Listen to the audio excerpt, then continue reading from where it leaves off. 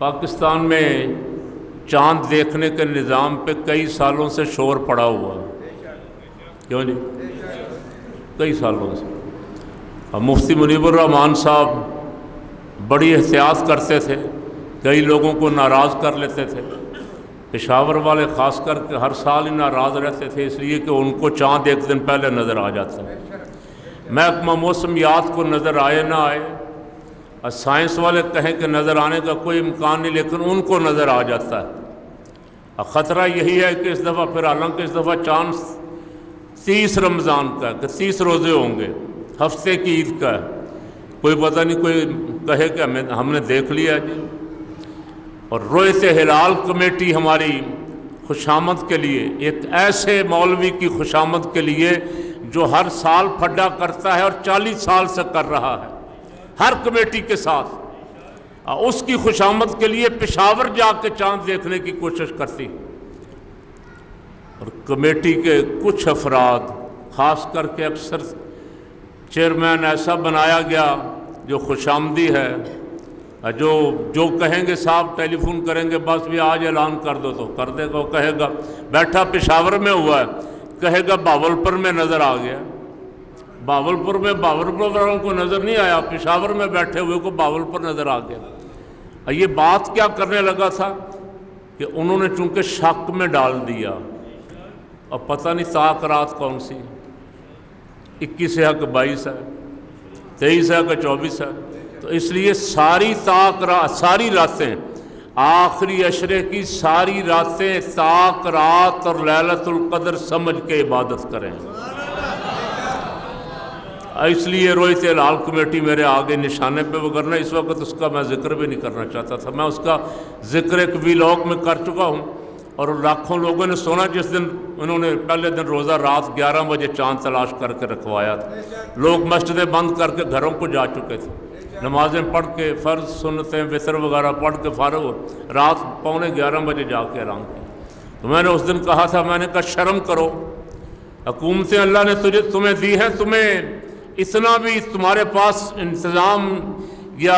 صلاحیت نہیں ہے کہ تم چاند کا اعلان ہی صحیح کر سکو۔ ہمیں سائنس بتاتا تھا وہ فواد چودھری کہ سائنس یہ کہتی ہے، میں نے کہا میرے پاس 100 سال کا کیلنڈر موجود ہے، 100 سال کا، کتاب چھپی، 100 سال کا کیلنڈر موجود ہے کہ آج کے 20 سال بعد رمضان المبارک کب شروع ہوگا، عید کب ہوگی، انگریزی کی کون سی تاریخ ہوگی، وقت کیا ہوگا، کس دن نظر آئے گا، کس دن نظر نہیں آئے گا، یہ سارا کچھ لکھا ہوا ہے۔ تو کیلنڈر ہی فالو کر لو، اگر تمہیں دیکھنے میں کوئی پرابلم ہے، دیکھنا تو سنت ہے کہ دیکھو بھائی، کوشش کرو چاند دیکھنے کی، دیکھ کے رکھو، وگرنہ کئی ملکوں نے کیلنڈر فالو کیے ہوئے۔ تو یہاں ایسے حکمران، ایسے 30 مارخاں جو عدالتوں کو بھی گھورتے، عدالتوں کو بھی ڈرانے کی کوشش کرتے، عدالتوں پہ بھی اپنی حکومت چاہتے، وہ آٹا تقسیم نہیں کر سکتے۔ آٹا لیتے لائن میں لگے 30-35 آدمی اب تک ہلاک ہو چکے ہیں، بڑے بڑے 30 مارخاں بیٹھے ہوئے، 40 سال سے حکومتوں میں ہیں، وزارتوں میں ہیں، سمجھ نہیں آ رہی کرنا کیا۔ میں نے ایک سفر کیا ریلوے کا، کراچی تک گیا، رستے میں دیکھتا گیا تو مجھے محسوس ہوا کہ یہ بہت سارے ریلوے اسٹیشنوں پہ لیٹرینیں صحیح نہیں ہیں، بیچارے انسان ہیں، 2 گھنٹے 4 گھنٹے 10 گھنٹے ٹرین لیٹ ہے، یہاں کسی نے استنجا کرنا ہے، کسی نے وضو کرنا ہے، تو جو وزیر ہے اس کو نظر نہیں آتا، اربوں روپیہ ریلوے سبسڈی پہ کھا گیا، لیکن اسٹیشنوں کی حالت درست نہیں ہوئی۔ یعنی اتنا بھی حسن انتظام نہیں ہے کہ کوئی ایک ہی محکمہ، میں نے ایک دن چیلنج کرتے ہوئے کہا تھا، کوئی ایک محکمہ پورے پاکستان میں یار دکھا دو کہ جو تم نے درست کیا ہو۔